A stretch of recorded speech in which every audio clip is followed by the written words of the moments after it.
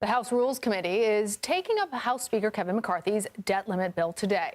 If approved by the panel, well, the House could vote on it as early as tomorrow.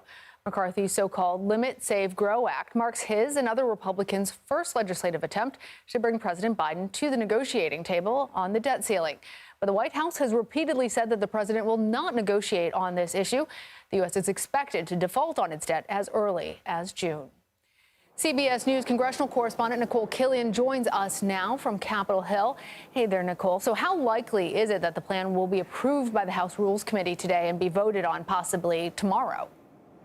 Well, Republican leaders, including the Speaker, expect this bill to move forward, and they've also made clear that they don't intend to make many changes to it. So in terms of the Rules Committee, this will be an opportunity to mark up the bill. But that being said, we don't expect a lot of major tweaks to the legislation, a lot of extra amendments added. You know, they may add one or two here or there, but they hope that this bill will largely stay intact and that they can continue to rally rank and file members around it so that they can pass it later this week. Well, if it passes, though, it has really very little chance of being approved by the Democratic-controlled Senate. So what is the Republican strategy behind pushing it?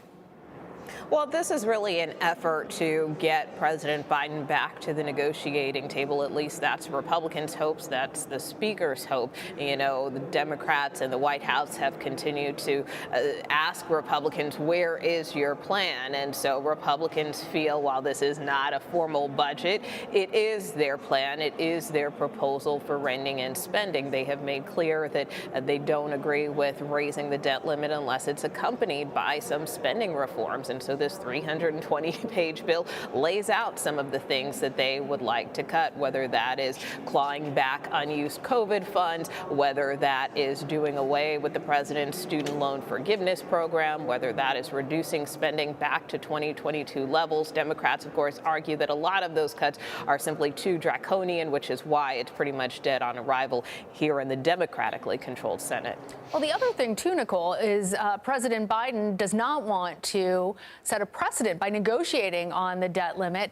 But we hit our debt limit back in January. We're going to run out of funds in June. What is the White House's strategy then to prevent the U.S. from defaulting on its debt and potentially triggering an economic catastrophe if the White House is not willing to negotiate? Well, the White House has made clear that they feel that a clean debt limit increase is the way to go. They argue that Republicans agreed to raise the debt ceiling under then President Trump, and so they don't really see this as being any different. And they also fear that if they do start negotiating, as we saw former President Obama do back in 2011 and 2013, that things could get a little messy. You know, we saw the debt limit, that whole fight push the economy to the brink when they couldn't see agreement. And so certainly President Biden doesn't necessarily want to relive that experience. So their hope is that they can force Republicans' hand, that ultimately they will agree to some kind of clean debt ceiling hike. But so far, Republicans don't seem on board with that idea yet, Lana. And the clock is ticking. All right, Nicole Killian on Capitol Hill. Thank you. All right, it's 11 a.m. in Seattle, 1 p.m. in Memphis, and 2 p.m. right here in New York. And we start today with Decision 2024. That's right, a race for the White House that's shaping up to be a rematch of 4 years ago, now that President Biden has made his re-election intentions official. The question we're facing is whether in the years ahead we have more freedom or less freedom, more rights or fewer. I know what I want the answer to be, and I think you do too. This is not a time to be complacent. That's why I'm running for re-election. You heard it right there. President Biden making the announcement in a video released 4 years to the day since he announced his successful 2020 run. We've got NBC News White House correspondent Mike Memoli joining us now. Mike, one of the people who knows President Biden the best on this planet, I think. So It's lucky for us we have you to talk to. So tell us, what are President Biden's campaign plans in the coming weeks, especially since this was just a video? What are we going to see from him? Yeah, that's right, Savannah. I mean, you did have that video this morning. Later this week, President Biden will be huddling with some of his biggest campaign donors. But otherwise, the campaign trail is going to take a backseat to really what you usually see from a sitting president, that Rose Garden strategy, holding official events behind the trappings of the office, even if it's an event like today where he made a pretty political argument. Take a listen. Can you believe we used to have the best infrastructure in the world? We were rated #1. We fell to number 13 in international ratings, 13. Under my predecessor, Infrastructure Week became a punchline. On my watch, infrastructure has become a decade headline. So the president talking about one of his biggest accomplishments before a very supportive crowd, one of the nation's biggest unions. It was also notable in that announcement video just how much we saw Vice President Kamala Harris. She is holding a campaign-style rally tonight on abortion rights. This is one of the biggest issues that Biden advisors say will determine the 2024 campaign, and it's an issue that the vice president is going to be out in front of.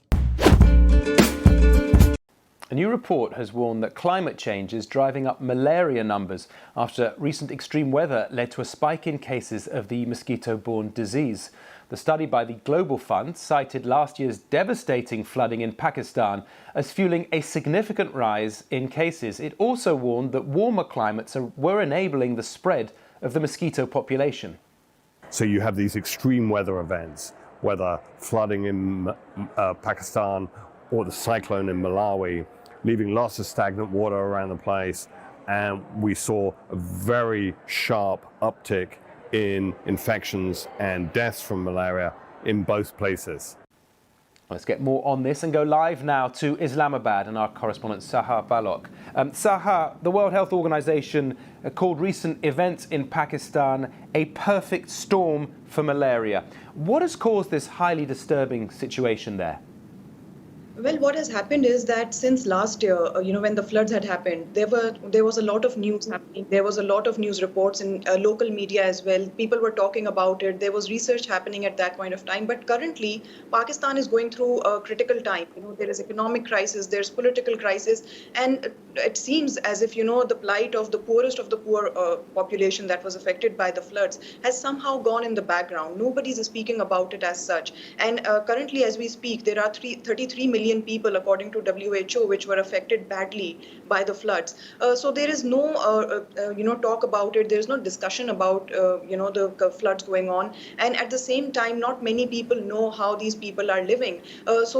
These by the Global Fund, are quite worrying, as said by the head of this department as well, because I was going through the report myself and I saw that at that point of time, like last year, the number of malaria cases was around 400,000, which has now exponentially increased to 1.6 million, which is a cause for worry for Pakistan at the moment, because currently there doesn't seem to be any conversation about floods happening, but at the same time, this is the time, which is where it is needed that this discussion should take place. What I also would like to mention is that Sindh and Balochistan were among the worst affected places in Pakistan, provinces of Pakistan. And even then, the news came really late for many people in Pakistan. Not many people knew what's happening. Sahar, it continues to be a very desperate situation as you're describing it, people living outside months after the flooding. Now, I know that you've seen for yourself how urgent the situation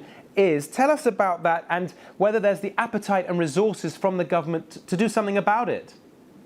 Well, there is a dearth of health centers in Pakistan, especially around the bordering areas of Pakistan, right next to Afghanistan and Iran. There are no health centers and they are not even functional. Resources are less. And even when I was visiting these places, what actually worried a lot of us at that point of time was that these were the poorest areas, where people had no other way of working. So they mostly had agricultural lands which were completely destroyed. Also, these floods were not only a result of climate change, but also poor urban planning and also local feudal politics as well. The government currently does not seem to have the resources to help the people, get out of the crisis. Pakistan was helped a lot by other countries as well in the past, and even today, a lot of other countries have said so. But these funds are really less, compared to what the devastation was caused by the floods. Yes, and the country, of course, making progress on that in the past, but now those big setbacks that you've just described so clearly. Sahar Balok in Islamabad, thanks so much for that.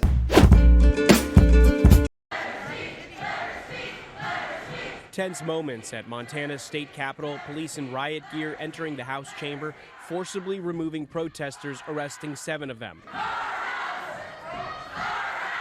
chaos erupted after Republican leaders prevented Democrat Zoe Zephyr from speaking for a third day due to her remarks about gender-affirming medical care. Zephyr, the first openly trans woman in Montana's legislature, has not been allowed to speak on the House floor since last week when she slammed a proposed ban on gender-affirming care in the state, saying it would lead to suicides. And she said this to Republicans. I hope the next time there's an invocation, when you bow your heads in prayer, you see the blood on your hands. Republicans condemn that language as inappropriate and disrespectful. They're demanding an apology. No representative is above our House rules. Our House rules apply to all. But Zephyr tells ABC's Start Here podcast she won't apologize. I chose my words with precision and I spoke with clarity because I see the real harm that these bills bring. I won't be apologizing for my remarks. After the chaos, Zephyr addressed her supporters outside the Capitol. She's been silenced because she spoke the truth about what these anti-trans bills are doing in Montana, to trans youth especially. The incident comes just 2 weeks after 2 state lawmakers in Tennessee were expelled for protesting on the House floor, calling for gun reform. They've since been reinstated temporarily.